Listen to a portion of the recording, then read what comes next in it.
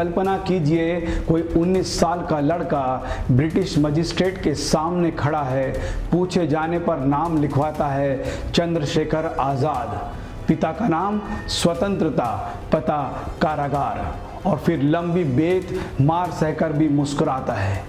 यही मुस्कुराहट भारत के सबसे निडर क्रांतिकारी की पहचान बनी।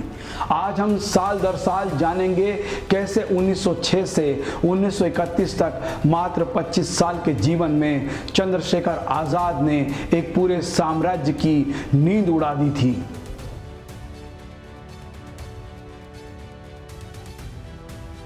23 जुलाई 1906, भावरा, मध्य भारत। भावरा की लाल मिट्टी, भिलावा आदिवासी लोकगीत और दूर पहाड़ी झरनों की गूंज।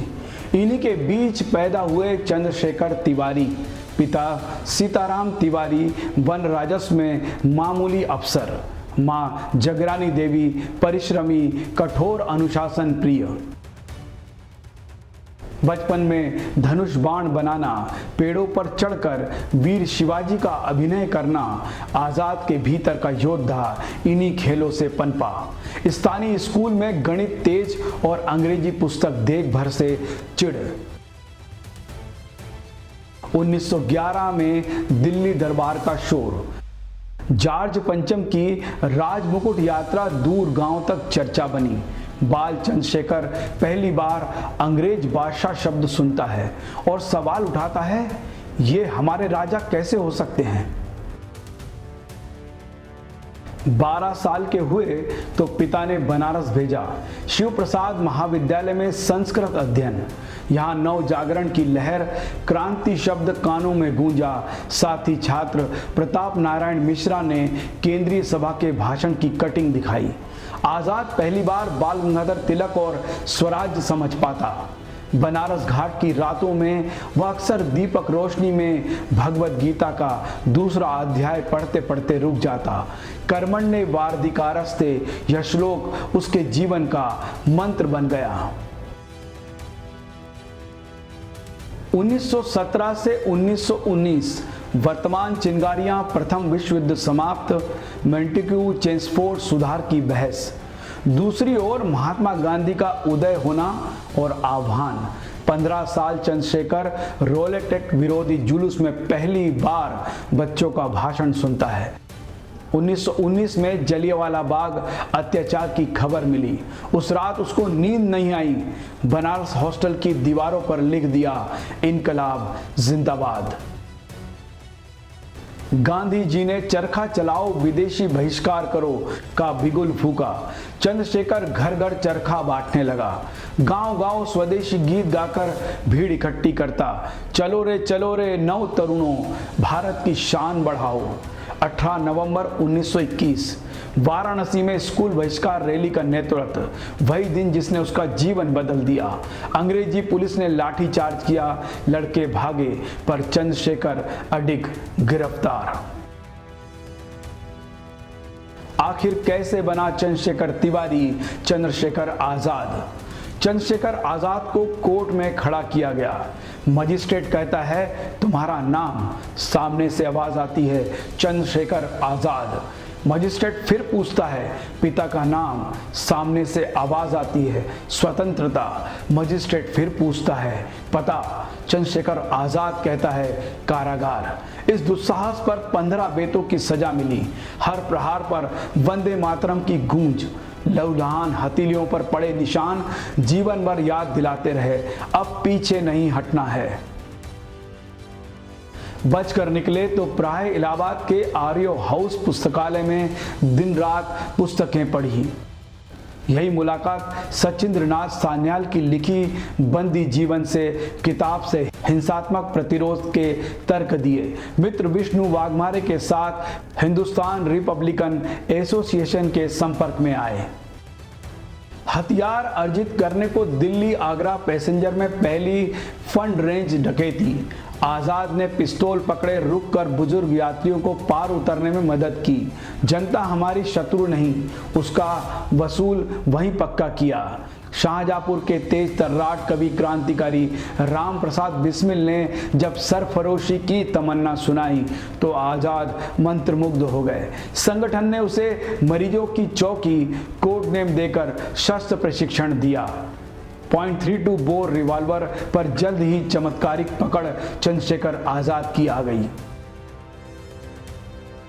लखनऊ से काकोरी के बीच डाउन पैसेंजर 8 संख्या गाड़ी थी। बिस्मिल, राजेंद्र लाहेड़ी, चंद्रशेखर आजाद समेत 10 साथियों से मिलकर पैसा बॉक्स गिराया। एक गार्ड की गोली से मौत हुई। इतिहास की सबसे चर्चित रेल डकैती। उद्देश्य सरकारी खजाना लूटकर हथियार खरीदना, किसी आम नागरिक का नुकसान नहीं। डकैती सफल, पर पुलिस ने छापामारी तेज की।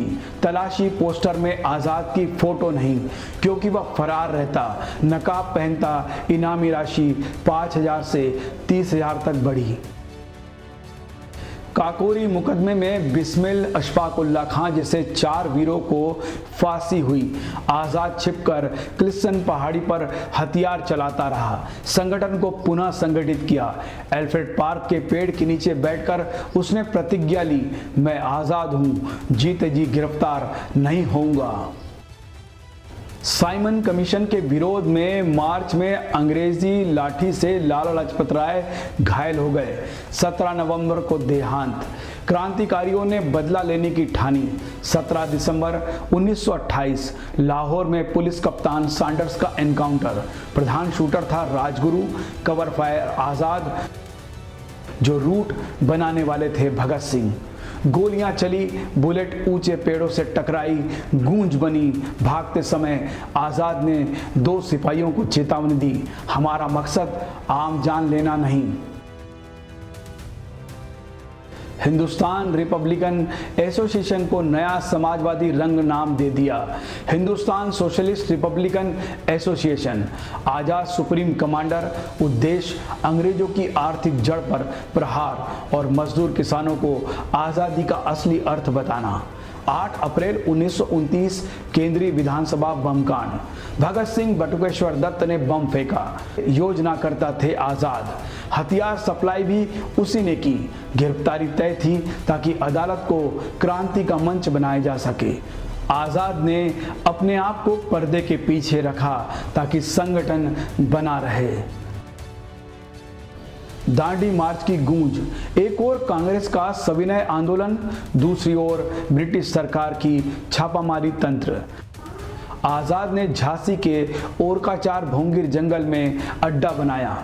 कोड नेम मातृभूमि लॉज। रोजाना दौड़, निशानेबाजी, समाजवादी पाठशाला, लड़कों को कुश्ती सिखाना और शपथ, बंदूक उठाओ पर जनता का निशाना मत बनाओ। इलाहाबाद पुलिस को मुखबिर ने बताया, आज़ाद अपने साथी सुखदेव राज से मिलने पार्क आया है। सुबह 10:30 इंस्पेक्टर नॉट बॉलर ने घेराबंदी की। आज़ाद की .32 कोल्ट से सिपाही चौके, पेड़ों के पीछे दुबके। साथी सुखदेव राज को सुरक्षित निकालने का आदेश। भागो, क्रांति जिंदा रहे। लड़ते लड़ते रिवॉल्वर में आखिरी गोली बची। बाएं हाथ से पिस्तौल चलाते चलाते दाहिने हाथ में चोट भी लग गई। पुलिस ने घेर लिया। आखिरी क्षण में आज़ाद ने वही प्रतिज्ञा निभाई, मैं आज़ाद हूँ, आज़ाद रहूँगा।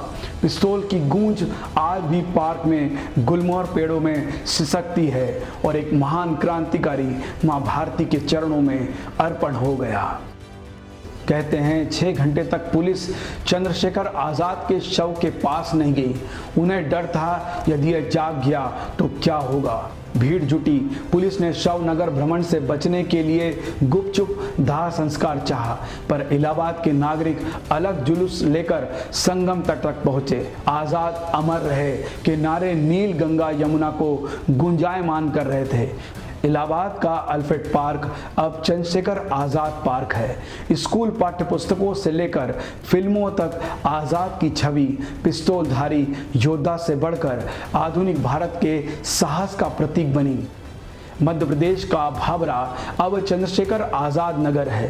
पुलिस एकेडमी इंदौर में आजाद की कांस्य प्रतिमा पर यह पंक्ति उकेरी गई, जीना हो तो चंद्रशेखर सा, मरना हो तो शहीद सा।